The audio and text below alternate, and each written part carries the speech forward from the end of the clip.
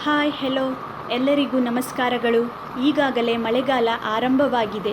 ಈ ವಿಡಿಯೋದಲ್ಲಿ ಮುಖ್ಯ ವಿಷಯವನ್ನು ನಿಮಗೆ ತಿಳಿಸುವ ಮುಂಚೆ ಒಂದು ಸಣ್ಣ ನೈಜ ಕತೆ ನಿಮಗೆ ಹೇಳಲಿಕ್ಕೆ ಇಷ್ಟಪಡ್ತೇನೆ.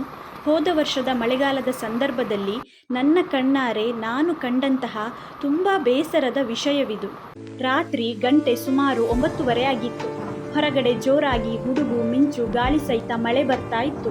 ಕರೆಂಟ್ ಬೇರೆ ಇರಲಿಲ್ಲ. ನಾನು ನಮ್ಮ ಮನೆಯ ಸಿಟೌಟ್ನಲ್ಲಿ ವಾಕ್ ಮಾಡ್ತಾ ಇದ್ದೆ. ಆವಾಗ ಯಾರೋ ಒಬ್ಬ ಪಾಪಿ ಕಾರಿನಲ್ಲಿ ಬಂದು ರಸ್ತೆ ಬದಿಯಲ್ಲಿ ಒಂದು ಗೋಣಿ ಬಿಸಾಕಿ ಹೋದ. ಜೋರಾದ ಮಳೆ ಬೇರೆ.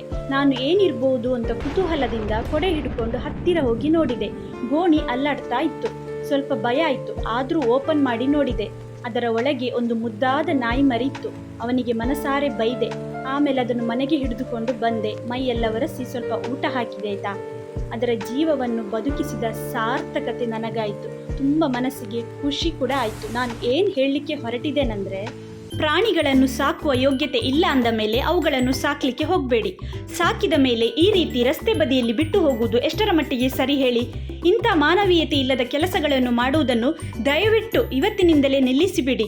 ಇವುಗಳ ಕಣ್ಣೀರಿನ ಶಾಪ ಏನಿದೆ ಅದು ನಿಮಗೆ ಕರ್ಮದ ರೂಪದಲ್ಲಿ ವಾಪಸ್ ಸಿಗ್ತದೆ. ಬೇಕಿದ್ರೆ ನಿಮ್ಮ ಮಕ್ಕಳನ್ನು ಒಂದು ದಿನ ಪೂರ್ತಿ ಮಳೆಯಲ್ಲಿ ಬಿಟ್ಟು ಹೋಗಿ. ಅವರಿಗೆ ಹೇಗೆ ಆಗಬೇಡ ಅದೇ ರೀತಿ ಅಲ್ವಾ ಪ್ರಾಣಿಗಳಿಗೆ ಕೂಡ. ಅವುಗಳ ಭಾವನೆಗಳಿಗೆ ಸ್ವಲ್ಪ ಬೆಲೆ ಕೊಡಿ. ಪ್ರತಿಯೊಂದು ಜೀವಿಯೂ ಇಲ್ಲಿ ಭಗವಂತನ ಸೃಷ್ಟಿ. ಹಾಗಾಗಿ ಅವುಗಳ ನೋವು ಭಗವಂತನಿಗೆ ಖಂಡಿತ ತಲುಪುತ್ತದೆ. ಪ್ರತಿಯೊಂದು ಜೀವಿಗಳನ್ನು ಗೌರವಿಸೋಣ, ಅವುಗಳನ್ನು ರಕ್ಷಿಸೋಣ. ಮಾಹಿತಿ ಇಷ್ಟ ಆದರೆ ವಿಡಿಯೋವನ್ನು ಶೇರ್ ಮಾಡಿ. ಧನ್ಯವಾದಗಳು.